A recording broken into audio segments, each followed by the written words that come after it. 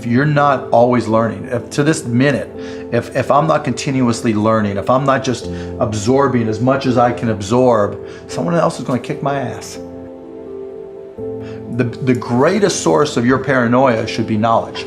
If someone else knows more than you do, and if you're not learning, if you don't know how to learn, if you don't have a thirst for learning and acquiring information, you're SOL.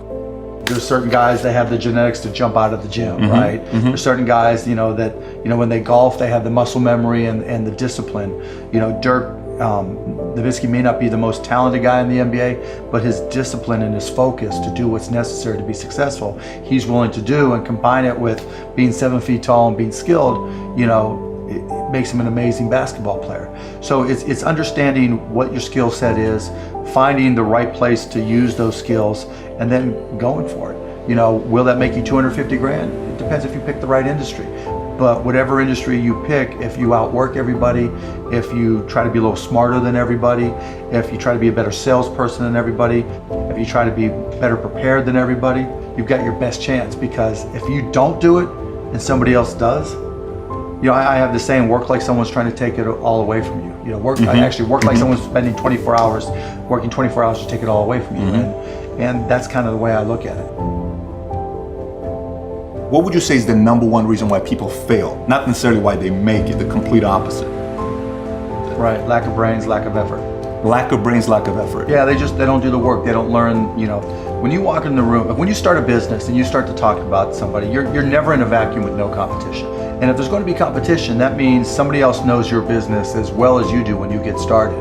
And if you walk into a competitive environment and they still know more about the business than you do and more about your customers, you're going to lose.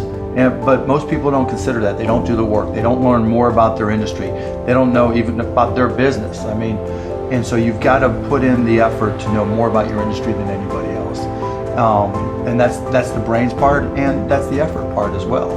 Because look, if you're competing with me, you better know what you're doing, otherwise I'm going to kick your ass, and you're not going to outwork me. And so, the combination is usually what kills businesses early on more than anything. But my dad was always like, if you want something, you have to earn it. And to his credit, he never said, no, you can't do that. So whether it was selling garbage bags, baseball cards, stamps, whatever it was, he never held me back. And so I think that was as important as anything. And sometimes being young and trying things, you're so naive and you don't know any better, all you do is learn. And if you fail, it doesn't matter. And so whether I was 9, 10, 12, 16, 21, the failures were irrelevant. And whether you're 9, 12, 16, 21, 22, 24, I'm sleeping on the couch, I have a car with a hole in the floorboard, I'm living like a bum and like a student. And so what did I have to lose? And so I think that influenced me as much as anything. So it was, my dad was like, go for it, why not? What have you got to lose? Everybody agrees that there is no opportunity. When people criticize you, you have to think. And I spend most of my time thinking about the future. I spend most of time listening to the complaints. Because people like me, we don't have money, we don't have technology, we don't have a strong relationship.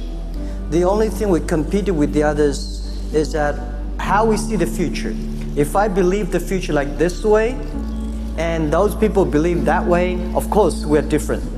And when we believe that is the future, we start to do it. We start to spend time, we start to gather people, we start to do little by little.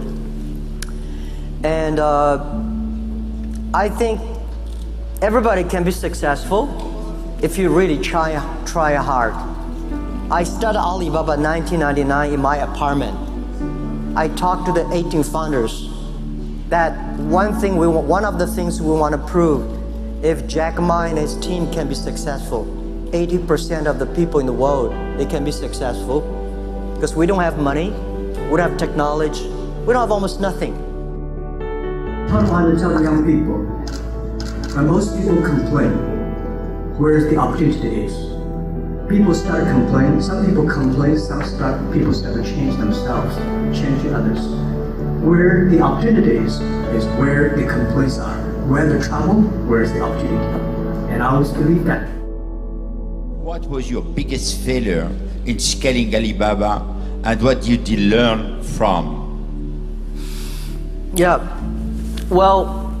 We faced a lot of challenges, but I'm sure Alibaba is going to facing more challenges. We worry every day. When I was young, when company was young, we thought, well, what if when Alibaba become that big, my life will be easier. Then now the companies the bigger the company, the more problems I have. So why you are still small company, enjoy it.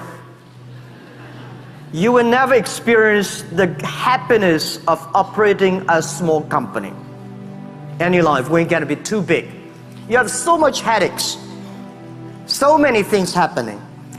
And people say, Jack, there are a lot of books about you, but there's none of the books I write myself. If there's one book I want to write in the future, it's called Alibaba 1001 Mistakes. We made so many mistakes. We had so many troubles. Believing it or not, China built up e-commerce company, built up an internet-related company. No internet connection at that time, no credit cards, no delivery system. So we meet problems all the time.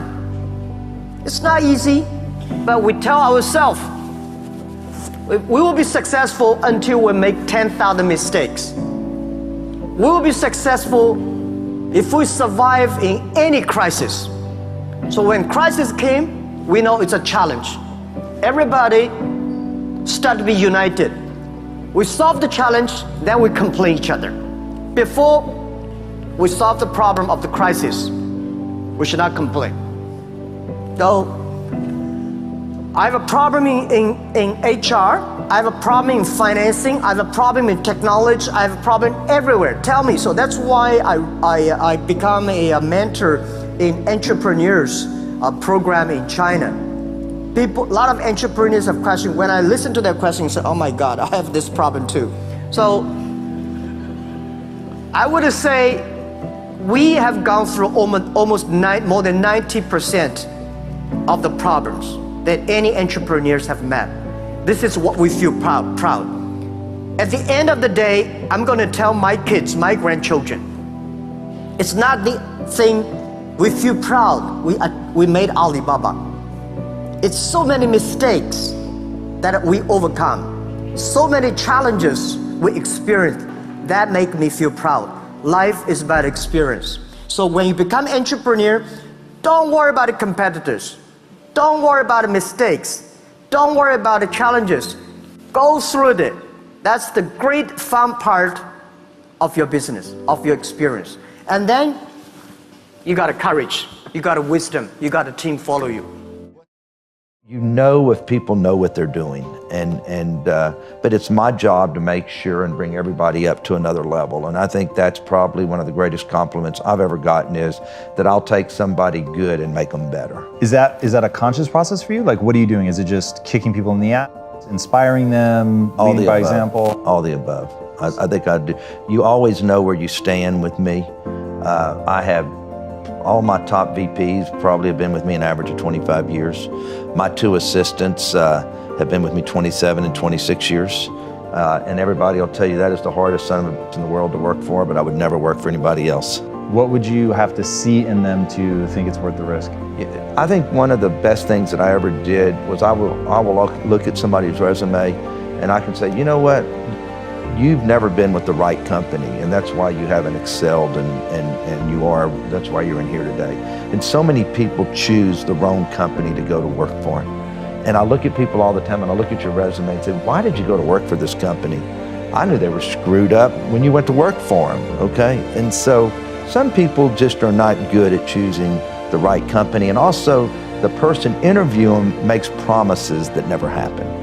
And I think that's one of the biggest mistakes that people make, is choosing the wrong company to go to work for. Do they really have good liquidity? Are they going to be in business? Are they an acquisition target where all of a sudden that they are and you're going to get bought and probably laid off?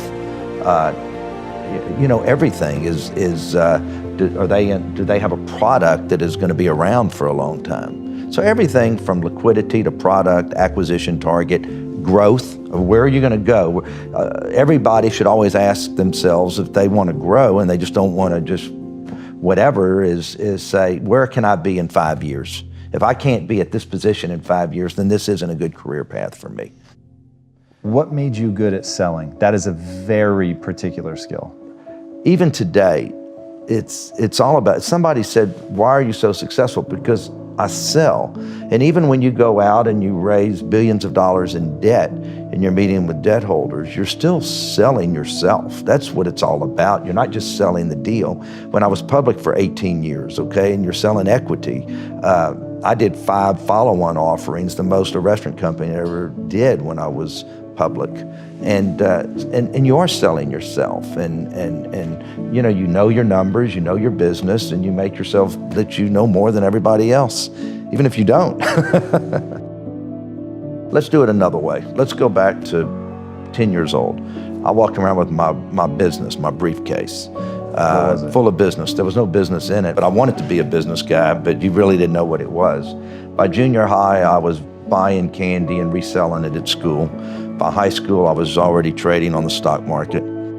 That's just, hey, doing whatever it took to make money. I always wanted to make money. I always had money, even when I was a kid, because I always worked whatever job I could find, whether it was mowing somebody's yard or washing cars or selling lemonade to the construction workers. It was just always about making money. So at 21, I sold vitamins. I started building homes, building shopping centers. By the time I was 26, I built my first hotel. By the time I was 25, I told myself I'll have my first jet at 35, and I did. You tend to know more about any deal, anything going on in your company than anybody else. I want to know how. How do you master it to that level? Well, I mean, I can't get into some details that people know that I don't know, but if you walk into my office for a meeting, I don't care what department you're in, I will pick apart whatever you have. And you better know your numbers when you walk in there with a spreadsheet, or you better have your ads right if you're the marketing person walking in. But you also, you know if people know what they're doing. But it's my job to make sure and bring everybody up to another level. And I think that's probably one of the greatest compliments I've ever gotten, is that I'll take somebody good and make them better. The space business is quite hard to start a company in the space business because it's such a capital intensive business. So it may be better to do something in solar power, or if you're going to do it in cars, do it as kind of a component supplier for cars or something like that. All those things improve the odds of success. Okay. I mean, if other people are putting in 40-hour work weeks and you're putting in 100-hour work weeks, then even if you're doing the same thing, you know that you will achieve in 4 months what it takes them a year to achieve.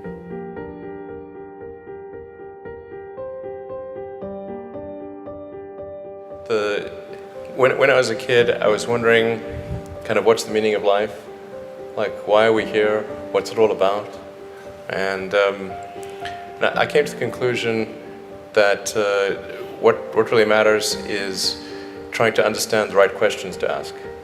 And the more that we can increase the scope and scale of human consciousness, the better we are able to ask these questions. If somebody is doing something that is useful to the rest of society, I think that's a good thing. Like, it doesn't have to change the world. If you're doing something that has high value to people, I mean, I think that's fine. Like, stuff doesn't need to be changed the world just to be good. But in terms of things that I think are most likely to affect the future of humanity, I think AI is probably the single biggest item in the near term that's likely to affect humanity. So it's very important that we have the advent of AI in a good way. If you could look into the crystal ball and see the future, you would like that outcome, because it is something that could go wrong.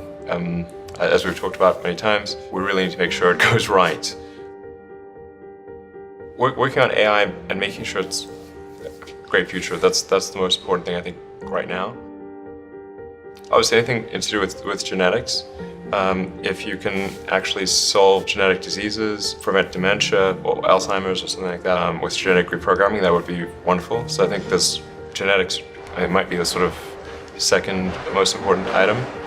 I think having a high bandwidth interface to the brain, like we're currently bandwidth limited. We have a digital tertiary self in the form of our email capabilities, like computers, phones, applications.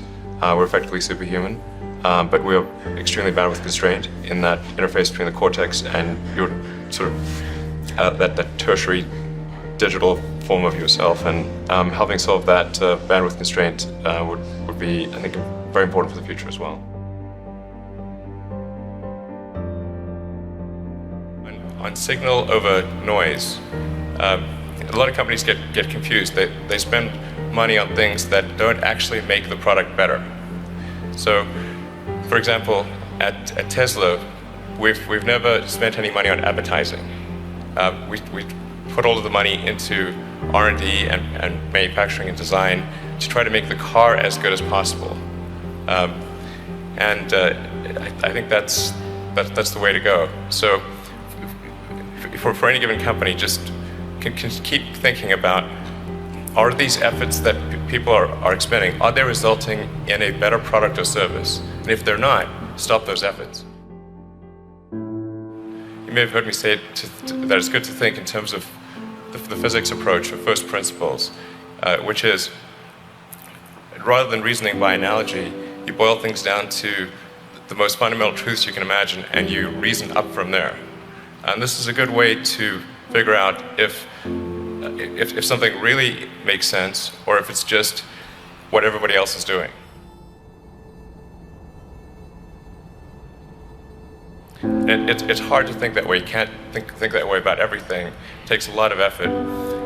But if you're trying to do something new, it's the best way to think. And that framework was developed by physicists to figure out counterintuitive things, like quantum mechanics. So it's really a powerful method. You guys are the magicians of the 21st century. You know, don't let anything hold you back. Imagination is the limit, and go out there and create some magic. And I don't care if it was one push-up, one sit-up, one page of the book, you feel me?